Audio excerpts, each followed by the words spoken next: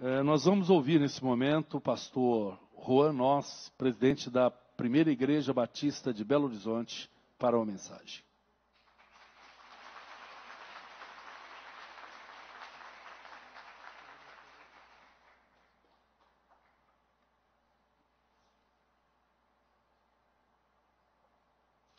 Quero agradecer a Jesus Cristo pela oportunidade de estar aqui na igreja dele, né? A palavra do Senhor diz que onde estiverem 2 ou 3 reunidos em seu nome, ali ele estará. O reino de Deus não é caracterizado por um castelo, mas pela presença do rei. E o rei está entre nós. Quero também agradecer à presidente da Câmara, Nelly Aquino, ao presidente da Frente Cristã, Wesley. Quero cumprimentar a vereadora Marilda pelo convite e a todos que estão aqui presentes no dia de hoje. Estou aqui representando a Primeira Igreja Batista de Belo Horizonte, uma igreja de 107 anos. E eu quero dizer que nós estamos aqui para servi-los. Estamos aqui para servir a cidade e ser bênção de Deus numa cidade tão maravilhosa como essa. Amém? Queridos, durante muito tempo eu fiquei me perguntando qual era o propósito eterno de Deus. Por que Deus havia criado todas as coisas? Deus não precisava ter criado tudo, Deus não precisava ter feito as pessoas. Por que Deus criou todas as coisas? Qual era o propósito eterno de Deus? Por que Ele fez tudo o que existe? Qual era a sua intenção? O que Ele espera de nós diante de tudo isso? E talvez você possa me dizer, Juan, talvez o propósito eterno de Deus seja salvar o homem do pecado, seja salvar o homem da condenação eterna. Eu quero te dizer que este pode ser sim um propósito de Deus, mas este não é o propósito eterno. Esse não é o propósito central de Deus, salvar o homem. E logo após eu vou te explicar o porquê.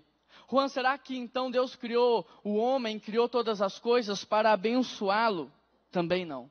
Também pode ser um propósito de Deus, mas não é o propósito eterno. Para a gente entender então qual é o propósito eterno de Deus, porque Ele criou todas as coisas, nós primeiro precisamos entender o que significa a palavra eterno. E será que você sabe o significado da palavra eterno? Durante muito tempo eu pensei que eterno significava que apenas não tinha fim, mas eterno significa também que não tem começo. Ou seja, o propósito eterno de Deus não começou por causa de, e também não vai terminar por causa de. Por isso o propósito eterno de Deus não é salvar o homem, porque o homem não tinha necessidade da salvação antes da queda. Tem um início em Gênesis 3, quando o homem se rebela contra Deus. Por isso salvar o homem pode ser um propósito, mas não é o propósito eterno. Por isso também não é abençoar o homem, porque antes de Gênesis 3, antes da queda, o homem já era completamente abençoado. Ele vivia na plenitude da bênção de Deus, aonde o homem colocava as suas mãos, prosperava. O que atrapalhou tudo isso foi o pecado. O que fez as pessoas adoecerem foi o pecado. O que trouxe morte para a humanidade foi o pecado. Portanto, se entendemos que o propósito eterno de Deus não teve um início e nem terá um fim, nós precisamos descobrir o que é que Deus estava fazendo antes de criar todas as coisas. Se o propósito eterno de Deus não teve o início e nem terá o fim, nós precisamos descobrir não só o que Deus estava fazendo, mas também o que todos nós um dia iremos fazer quando este mundo, quando essa terra terminar. E a Bíblia nos dá algumas dicas. Se você conhece um pouco de Gênesis, você vai ver que Gênesis 1, versículo 2, diz que a terra era sem forma e... Você consegue pensar em algo sem forma? Talvez o ar. Consegue pensar em algo vazio? Agora pense em algo vazio e sem forma ao mesmo tempo. O que será que Deus estava fazendo num contexto como esse? O que será que Deus estava fazendo num lugar como esse? Gênesis 1, 26 começa com um verbo, e esse verbo diz muito sobre o que Deus estava fazendo. Porque Gênesis 1, versículo 26 começa com o verbo façamos. E o que esse verbo significa? Significa que Deus não estava sozinho. E se Deus não estava sozinho, Ele estava com o Filho, mas também com o Espírito Santo. Agora, quem não está sozinho, quem está na presença de outras pessoas, está fazendo o quê? Se relacionando. Agora presta atenção nisso. Se antes de criar o mundo e tudo que nele há, Deus estava se relacionando, logo o propósito eterno de Deus é relacionamento. Foi para isso que nós fomos criados. Este é o propósito eterno de Deus, é isso que Ele espera de nós, um relacionamento com Ele. Interessante porque tudo que os nossos olhos conseguem ver hoje na humanidade é feito para facilitar a nossa compreensão de quem Deus é. O que você pensou, por exemplo, quando você viu o mar pela primeira vez? Como Deus é grande. O que você pensa quando você vê uma infinidade de plantas, a vegetação? Como Deus é criativo. E quando você vê o organismo humano? Como Deus é perfeito. Tudo que os nossos olhos veem é feito para facilitar a nossa compreensão de quem Deus é e dessa maneira facilitar o nosso relacionamento com Ele. Isso porque o propósito eterno de Deus é relacionamento. Todos nós nascemos com um vazio, com anseio de nos relacionarmos com Deus, mas também uns com os outros. Basta você observar que as coisas que mais fazem sucesso hoje são coisas que facilitam relacionamentos. Quer ver? O carro, o celular, a internet, o computador. Hoje os aplicativos mais famosos no mundo inteiro são aplicativos que facilitam relacionamento. O Facebook, o Instagram, o WhatsApp, porque nós somos feitos para o relacionamento. Agora você já parou para pensar que a serpente ela entra no jardim do Éden quando Deus cria a mulher? Até a criação da mulher, o diabo ele fica na dele, mas basta Deus criar a mulher que a serpente logo entra em cena. O que será que a serpente, o diabo, tem contra a mulher? Qual é o propósito dele entrar no jardim logo depois da criação da mulher? Presta atenção. O problema da serpente não é a mulher, mas o que ela representa.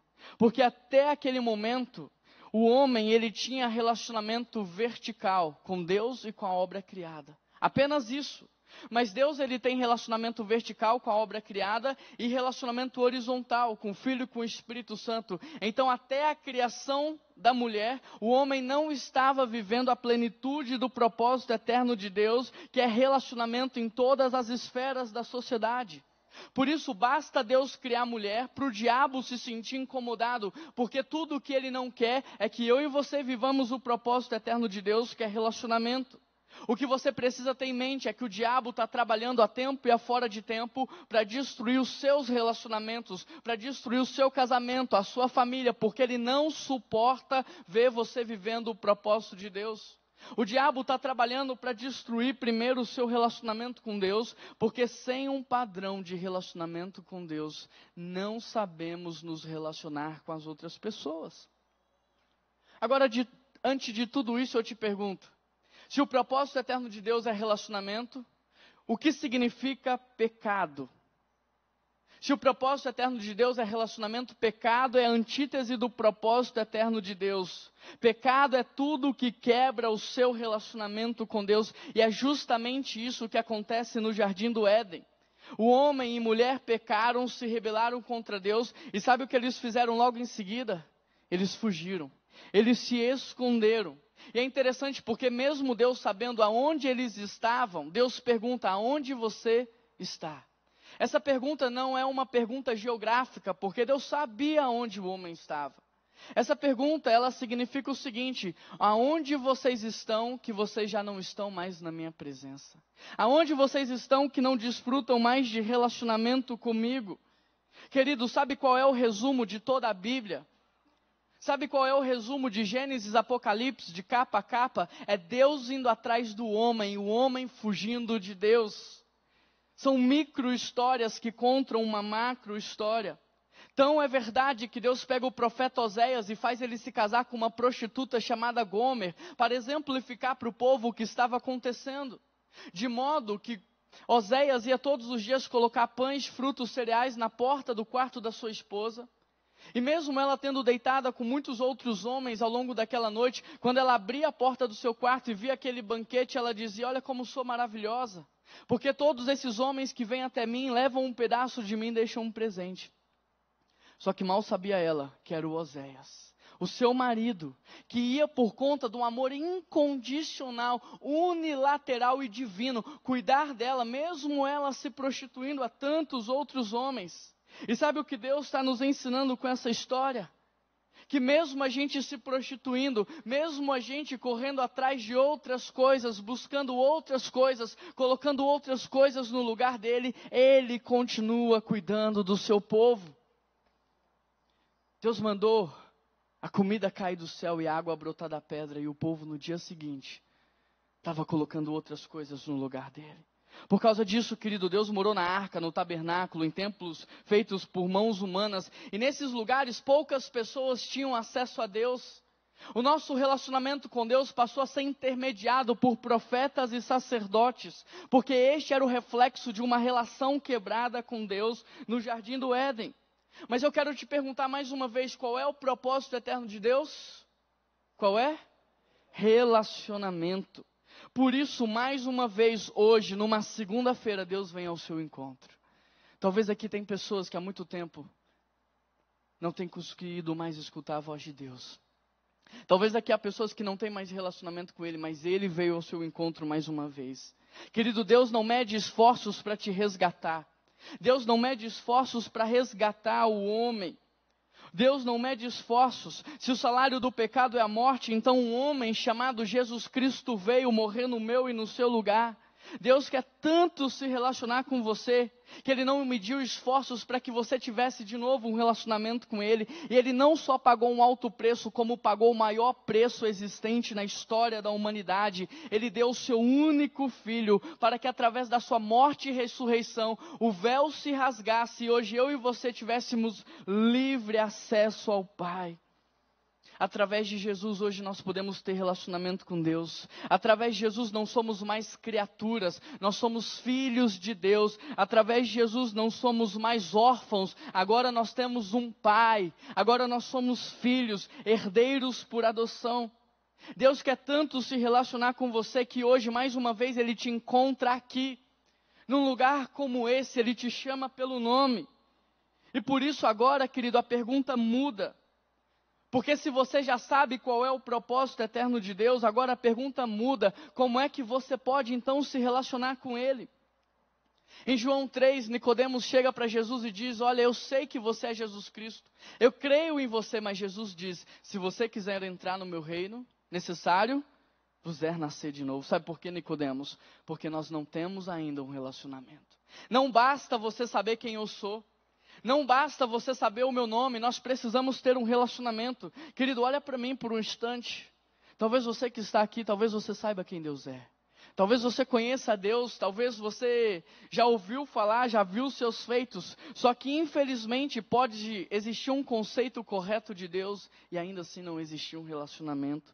E ainda assim não existir amor, temor, e ainda assim não existir um encontro com Ele. Talvez você tenha sido acostumado a frequentar uma igreja, adaptado com uma liturgia de culto, talvez entrou na rotina frequentar uma comunidade de fé, mas talvez você ainda não tenha tido um encontro com Jesus Cristo, um relacionamento com o único e verdadeiro Deus. Olha para o nosso Brasil, olha para a nossa cidade, as pessoas sabem quem Deus é, as pessoas conhecem Jesus Cristo.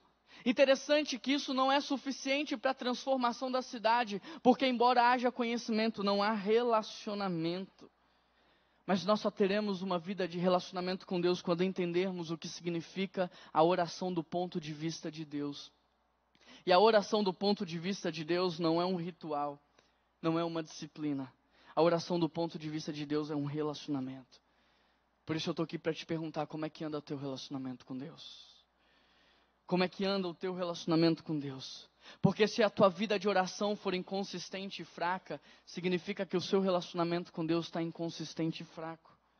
A oração não é uma disciplina. A oração não é um ritual. A oração é um encontro marcado com Deus. Por exemplo, está aqui nessa noite a minha esposa e por amá-la tanto, eu vivo ao lado dela, eu não consigo viver distante dela. Está aqui nessa noite os meus filhos e por amar os meus filhos eu quero estar com eles. Estão aqui nessa noite amigos e por amá-los eu quero estar com eles. E não é assim com você? Com as pessoas que você ama? Você não quer estar ao lado deles? Por que não tem sido assim com Jesus Cristo? Por que não tem sido assim com Deus? Por que o teu relacionamento com Ele está frio? Por que você anda distante?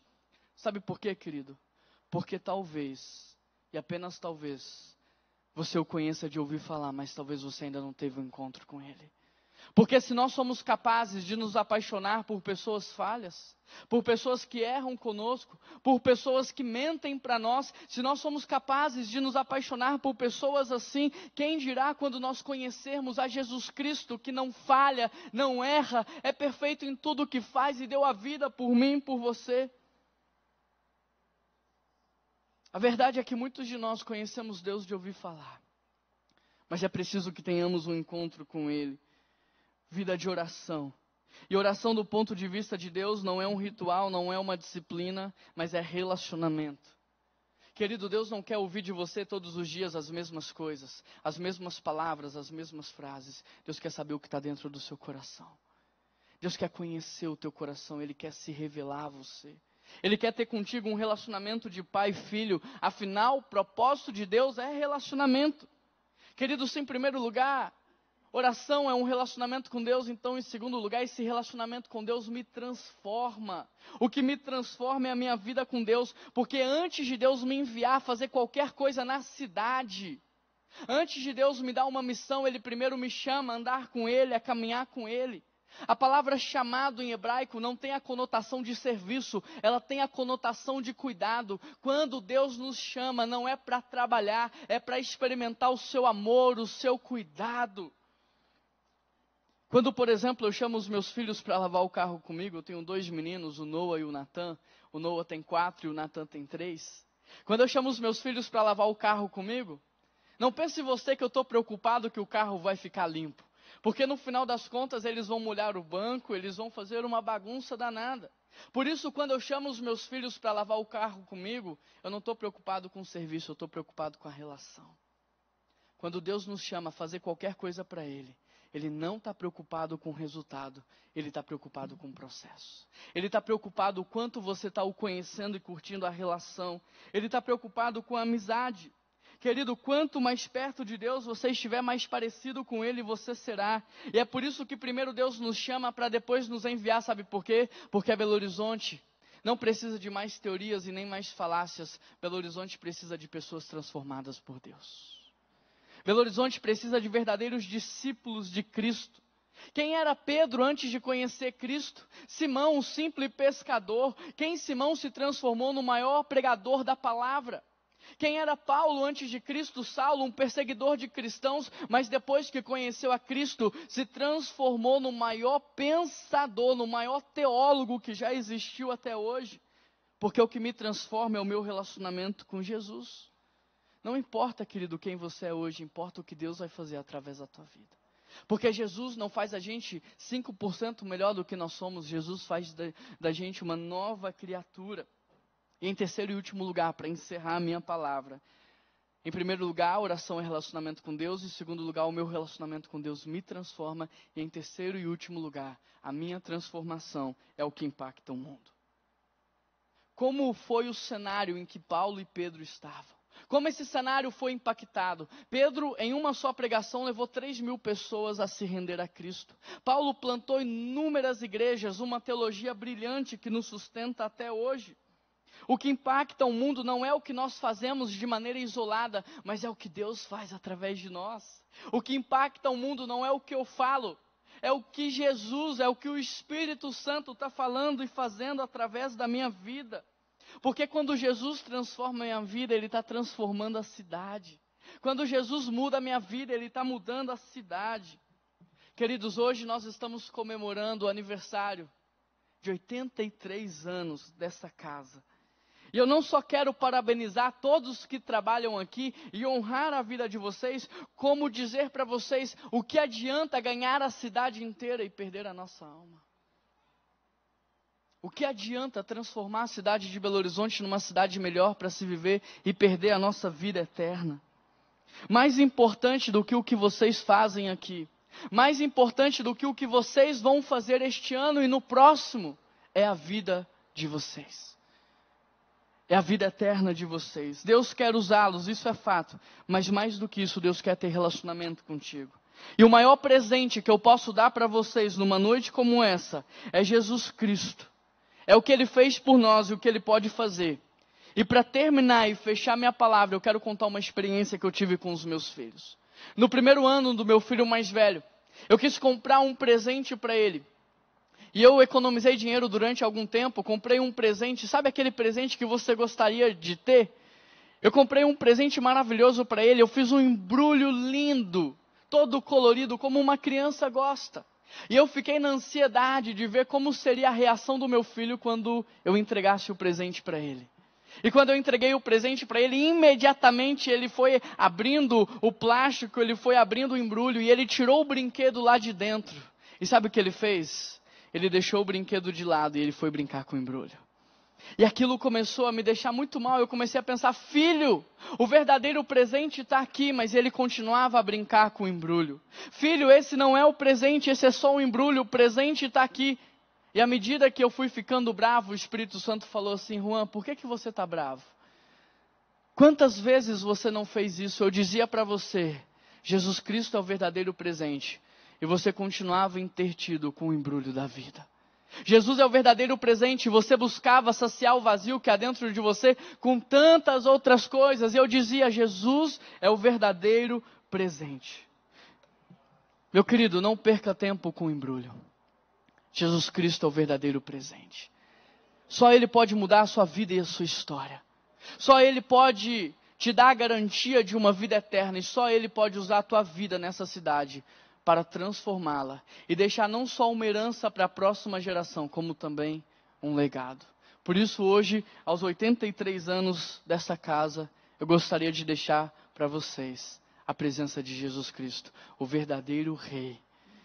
Que Ele possa caminhar contigo e te levar a um próximo nível de espiritualidade. Que Deus abençoe vocês e muito obrigado pela oportunidade.